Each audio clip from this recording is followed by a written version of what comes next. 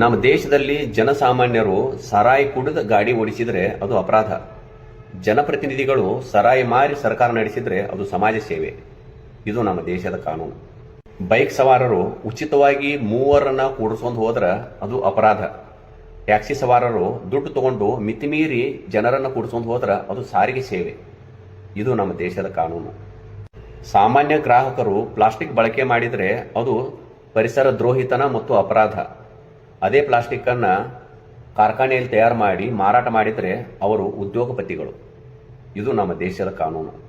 ಒಂದು ಸಣ್ಣ ಕೋಳಿ ಕದ್ದವನಿಗೂ ಕೋಳ ಹಾಕಬಹುದು, FIR ಮಾಡಬಹುದು. ಆದರೆ ಭೂಮಿಯನ್ನ ಕೊಳ್ಳೆ ಹೊಡೆದವನಿಗೆ FIR ಮಾಡಂಗಿಲ್ಲ, ಕೋರ್ಟಿಗೆ ಹೋಗಬೇಕು, ಅಲ್ಲೇ ಬಗೆಹರಿಸೋಬೇಕು.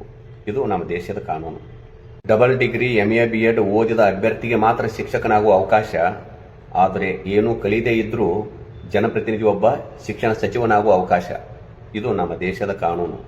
ತಪ್ಪು ಮಾಡಿದವ ಒಳಗಡೆ ಹೋಗಾಕ ಒಂದು ದಾರಿ, ಆರೋಪಿ ಹೊರಗಡೆ ಬರಾಕ 100 ದಾರಿ. ಇದು ನಮ್ಮ ದೇಶದ ಕಾನೂನು. ನಿಯತ್ತಿನಿಂದ 8 ತಾಸು ದುಡಿಯುವ ಕಾರ್ಮಿಕ ಪೆನ್ಷನ್ ತಗೊಳಕ 60 ವರ್ಷ ಕಾಯಬೇಕು. ಗತ್ತಿನಿಂದ ಐಷಾರಾಮಿ ಜೀವನ ನಡೆಸುವ ಜನಪ್ರತಿನಿಧಿ ಪೆನ್ಷನ್ ತಗೊಳಕ 5 ವರ್ಷ ಸಾಕು. ಇದು ನಮ್ಮ ದೇಶದ ಕಾನೂನು. ರೈತರ ಬೆಳೆಗೆ ಬೆಲೆ ಹೆಚ್ಚಾಗಬೇಕು, ಕಾರ್ಮಿಕನಿಗೆ ವೇತನ ಹೆಚ್ಚಾಗಬೇಕು ಅಂದ್ರೆ ವರ್ಷಗಟ್ಟಲೆ ಹೋರಾಟ ಮಾಡಬೇಕು. ಆದರೆ ಜನಪ್ರತಿನಿಧಿಗಳ ವೇತನ ಭತ್ತೆ ಡಬಲ್ ಆಗಬೇಕು ಅಂದ್ರೆ ಒಂದು ಕ್ಷಣ ಸಾಕು. ಇದು ನಮ್ಮ ದೇಶದ ಕಾನೂನು. ಜೈಲು ಸೇರಿದ ಒಬ್ಬ ಆರೋಪಿ ಜಾಮೂನ್ ತಿಂದಷ್ಟೇ ಸುಲಭವಾಗಿ ಜಾಮೀನು ತಗೊಂಡು ಹೊರಗೆ ಬರ್ತಾನ, ಬೇಲ್ಪುರಿ ತಿಂದಷ್ಟೇ ಸುಲಭವಾಗಿ ಬೇಲ್ ತಗೊಂಡು ಹೊರಗೆ ಬರ್ತಾನ, ಪೇರಲ್ ಹಣ್ಣು ತಿಂದಷ್ಟೇ ಸುಲಭವಾಗಿ ಪೆರೋಲ್ ತಗೊಂಡು ಹೊರಗೆ ಬರ್ತಾನ. ಇದು ನಮ್ಮ ದೇಶದ ಕಾನೂನು. ಕಾನೂನು ಬದಲಾದರೆ ಮಾತ್ರ ದೇಶ ಬದಲಾದೀತು. ಪಂಚಿಂಗ್ ಲೈನ್ ಏನಂದ್ರೆ, ರುಸ್ತಂ ಬದಲಾದ್ರೆ ಸಾಲೋದಿಲ್ಲ, ಸಿಸ್ಟಮ್ ಬದಲಾಗಬೇಕು.